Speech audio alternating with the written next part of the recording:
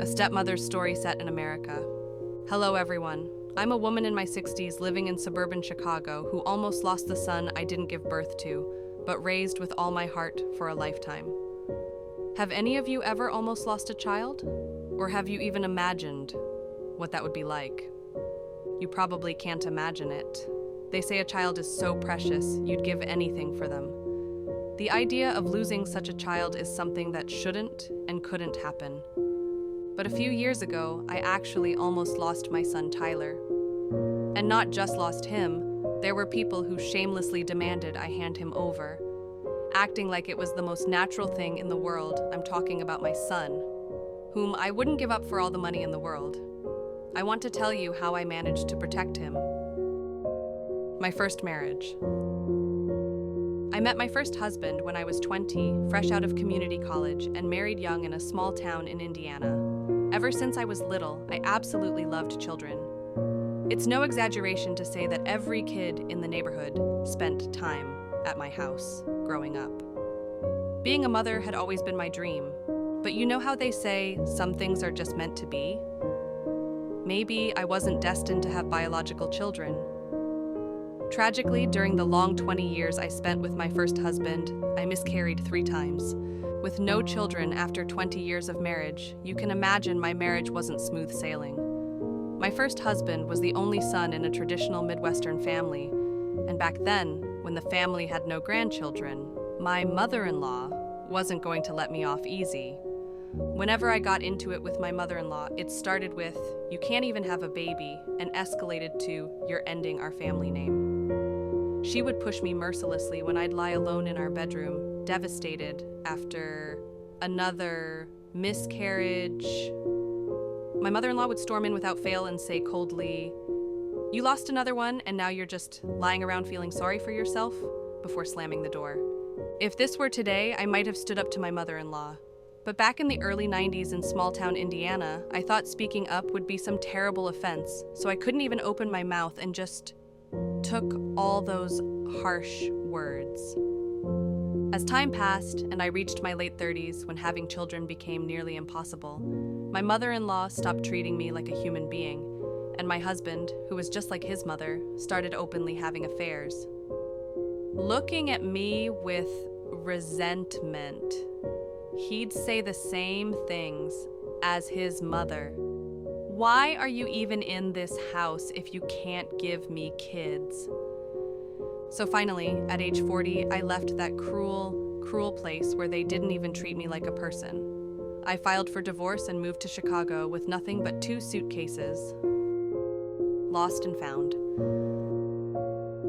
After divorcing my first husband, I couldn't do anything for a while. At 40, with no children, no husband, and my parents long gone, I had no reason to live. I lived in a tiny studio apartment in Rogers Park, barely scraping by. But you can't just let go of life when you want to. As time passed, and I just existed day by day, a few years went by. I got a job waitressing at a 24-hour diner on Western Avenue, and that's where I met my second husband, Robert. Robert was truly kind. He was a regular customer who came in after his construction shifts.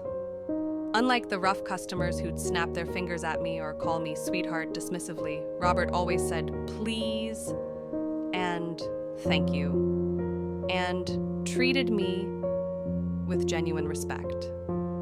My heart was drawn to him. When I ended that 20 years of hellish marriage, I swore to myself countless times that I'd never live with a man again. But meeting Robert, I wanted to give it another try, to live as someone's wife again. So I eventually chose warmth over fear. And life truly is unpredictable. Having no children actually made remarrying easy. The very thing that tortured me for 20 years in my first marriage turned out to be no problem at all for Robert. Meeting Tyler. Robert had a son from his previous marriage. His name was Tyler Morrison. Usually when people remarry, they fight and disagree over the other person's children, right? But since having a child was my desperate wish, the fact that Robert had a son felt like a huge blessing to me. And I promised myself countless times that I would be a good mother. When I was in my early 40s, and Robert was 45, I suddenly had a 13-year-old stepson who was just starting 8th grade at a middle school in Lincoln Park. I still vividly remember the first day I met Tyler at a Starbucks near Millennium Park. Even though he was in 8th grade and not a little kid anymore, he sat across from us with his arms crossed, eyes blazing as he glared at me for what felt like forever. Robert had his hand on Tyler's shoulder, trying to get him to relax. At the time, Tyler was already about 5 feet 6 inches, almost as tall as me. Seeing this kid staring at me with such intensity was pretty intimidating at first. He was wearing a Bulls hoodie and had his earbuds hanging around his neck, his jaw clenched tight. But then I wondered what this young boy must have gone through to have such a hardened expression on his still young face. That made me feel sorry for him instead, and I worried whether Tyler and I could ever become close. My worry became reality. What I thought would take a few weeks of adjustment lasted for months after Robert and I got married, and Tyler started staying with us every other week. Then, eventually, full-time. My heart was burning up inside, watching this kid who wouldn't even look at me during dinner, who'd grab a plate and eat in his room, who'd put his headphones on the second I tried to talk to him. My neighbor, Mrs. Patterson, a retired teacher who lived in the apartment below us, would comfort me. "Honey," she'd say, "raising someone else's child is 10 times harder than raising your own. That boy's been through 'em." Tan traum sans eminsham, dein chans the gang cheese chef e, while wine tea, Hearing this comfort made me think, so it's not just me having a hard time. But at the same time, I felt bad that our struggles were so obvious, even the neighbors could see it. Tyler was like a cat with all its fur standing on end around me. Every interaction felt like walking on eggshells. The turning point. Every dinner time without fail, Tyler would cause a scene.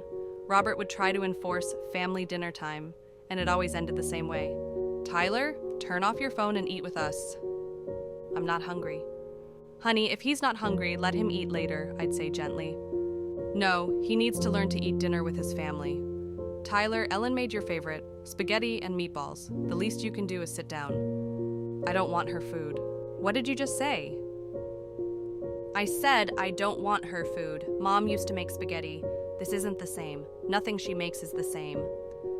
"Your mother left, Tyler. She's been gone for 4 years. Ellen is here now, and she's trying." "I never asked for a new mom. I never asked for any of this." One night, about 7 months after I'd married Robert, things came to a head. I'd made a special dinner: pot roast, mashed potatoes, green beans, homemade biscuits Tyler had mentioned months ago before he stopped talking to me. That pot roast was his favorite.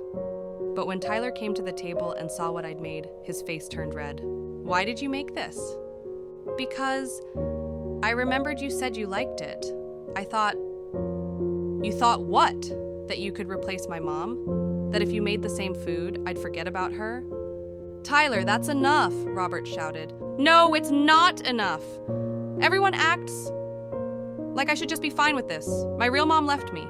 Do you know what that feels like? She tucked me in one night, and the next morning she was just gone. No note, no explanation. To me, just gone. And now everyone expects me to just accept her?" Tyler's voice broke on the last word. He was crying now, angry tears streaming down his face. "I don't want to get attached to someone who's just going to leave. Everyone leaves.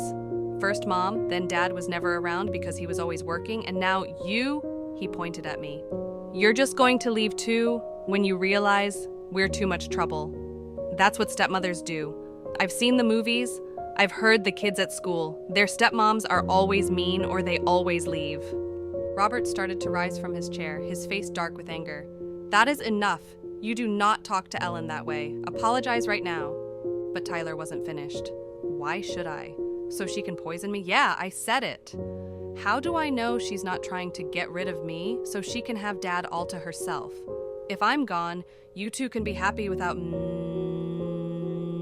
Robert lunged forward, his hand raised. Without thinking, I jumped up and put myself between them, covering Tyler's face with my hands. Robert's hand came down hard on the back of my head instead. Ow! I cried out, but I didn't let go of Tyler. Ellen, what are you? Get out of the way! Before Robert could finish his sentence, Tyler shoved me hard. I fell backward, landing hard on the kitchen floor, my hip hitting the linoleum with a painful thud. Don't touch me, Tyler screamed at me. Don't act like you care. You think one dramatic gesture is going to make me trust you? My real mom did nice things for me too. She made me breakfast every day. She helped with my homework. She came to my basketball games. And then she left. Just left. You're only here for Dad anyway, right? When he makes you mad or when you realize we're too broke or too messed up, you'll leave too. So just be nice to Dad if that's what you want. Get on Dad's good side. And when you've had enough, hurt him, not me. Don't pretend you want to be my mom. Lying there on the floor, I watched Tyler standing over me, chest heaving, tears streaming down his face. He wasn't breathing normally. He was almost hyperventilating. His eyes, which I'd barely gotten to look into over the past 7 months, were filled with such deep, profound sadness that it broke my heart. Despite Robert's yelling, Tyler grabbed his jacket and ran out of the apartment, slamming the door so hard the walls shook. For several minutes, I just lay there on the cold floor, Robert's angry words washing over me. But I wasn't hearing him. All I could hear was Tyler's voice. Don't pretend you want to be my mom. That night, after Robert had cooled down and gone to bed angry, I stayed up waiting for Tyler. He came home around 11 p.m., climbing in through his bedroom window. I only knew because I heard it from where I sat in the living room. The neighborhood ladies, well, Mrs. Patterson mainly, kept telling me, raising someone else's child is harder than raising your own. That night, those words played over and over in my head, along with Tyler's words. My real mom did nice things for me too. And then she left. And that's when I understood. Tyler didn't hate me. He was terrified of me, terrified of loving me and losing me.